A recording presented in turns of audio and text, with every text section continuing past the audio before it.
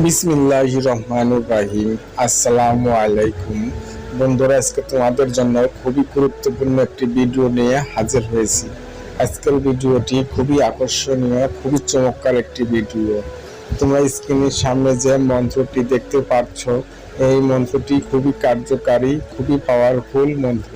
এই মন্ত্র দিয়ে তুমি যে কোনো মানুষকে বশে আনতে পারবো। সে তোমার ছেলে হোক, সে তোমার মেয়ে হোক, সে তোমার প্রেমিকা, এক কথায় যে কোনো মানুষকে এই তাবিজ দিয়ে তোমার কথায় ওঠা বসা করাতে পারবে।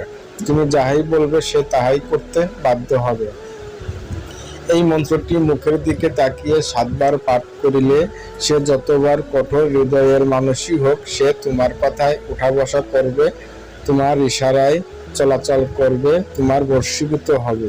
এই মন্ত্রটি খুবই পাওয়ারফুল, খুবই শক্তিশালী। এই মন্ত্রটি নেওয়া হয়েছে ইন্দ্রজাল বই থেকে। এই মন্ত্রটি অনেকে ব্যবহার করেছে, অনেকে ব্যবহার করে সফলতা পেয়েছে।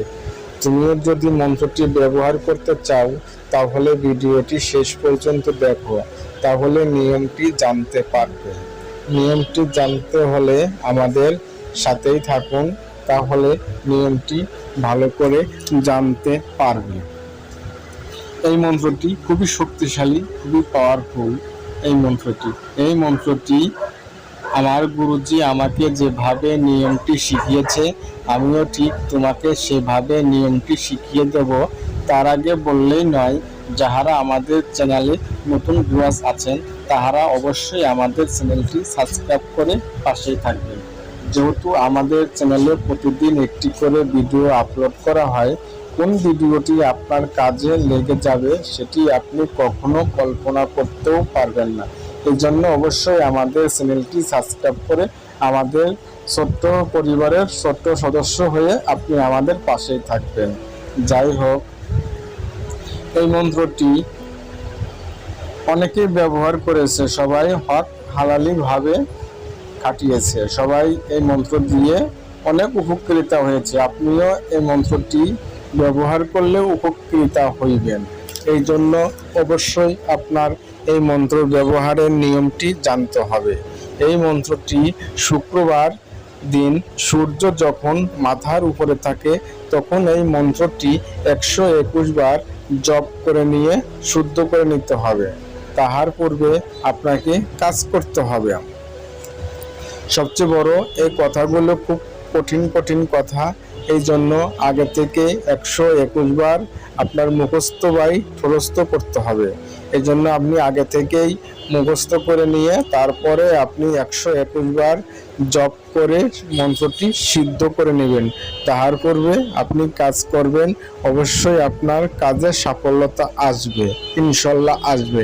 এই মন্ত্রটি যে সময় আপনি সিদ্ধ করবেন তখন আপনাকে কিছু নিয়ম পালন করতে হবে।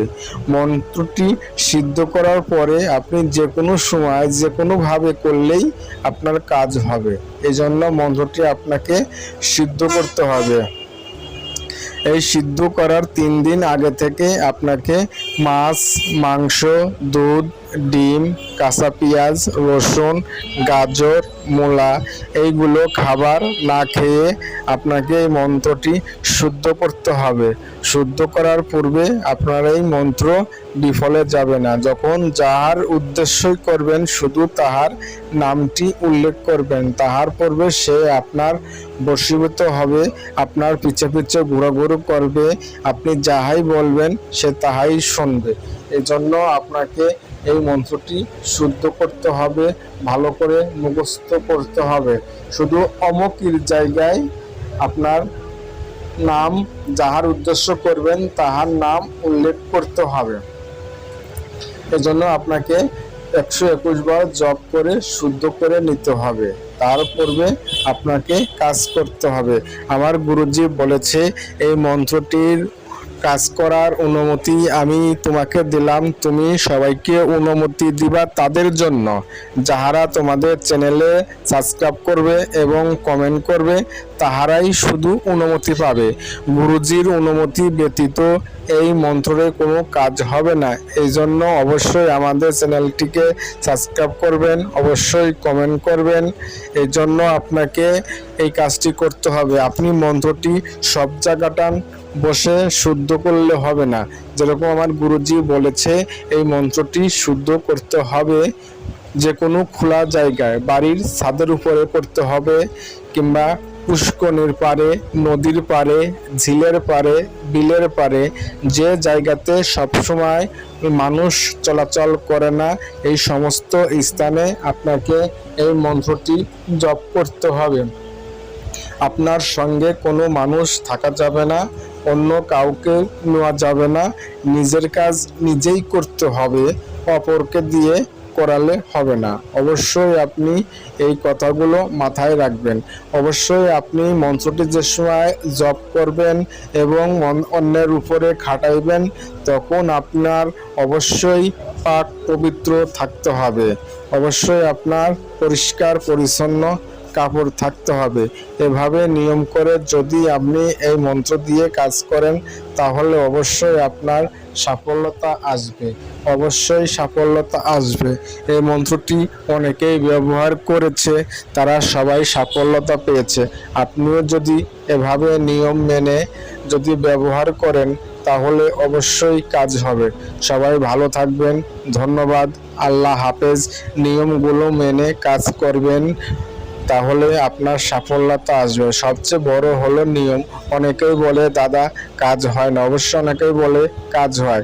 আপনারা একটা জিনিস খেয়াল রাখবেন, বিশ্বাস করবেন, অবশ্যই বিশ্বাসে বস্তু মেলে। আর সর্বদাই সত্য কথা বলবেন, সবসময় সুগন্ধি ব্যবহার করবেন। মন্ত্রটি জপ করার সময় অবশ্যই আপনার শরীরে সুগন্ধি ব্যবহার করতে পারবেন, যেরকম আতর, গোলাপ জল, বডি স্প্রে, সেন্ট, এইগুলো আপনাকে ব্যবহার করলে শরীর দিয়ে সুঘ্রাণ আইবে। শরীর দিয়ে যদি সবসময় দুর্গন্ধ থাকে, তাহলে এই মন্ত্র কাজ করে না। অবশ্যই আপনার শারীরিক এবং সব কাপড়ের মধ্যে অবশ্যই সুঘ্রাণ প্রবাহিত করবেন, তাহলে অবশ্যই আপনার কাজ হবে, আপনার কষ্ট ব্যথা যাবে না। এই মন্ত্রটি নাজায়েজ কাজের উদ্দেশ্যে কেউ খাটাইবেন না। অবশ্যই সব শরিয়াত সম্মত ভালো মতো কাজ খাটাইবেন, তাহলে অবশ্যই আপনার মনের ভিতরে যদি আপনার কুমন্ত্র না থাকে, তাহলে সে মন্ত্র কাজ করবে না। অবশ্যই আপনার মনে ভালো কোনো কিছু আশা করবেন, তাহার পূর্বে আপনি কাজ করবেন, অবশ্যই কাজ হবে।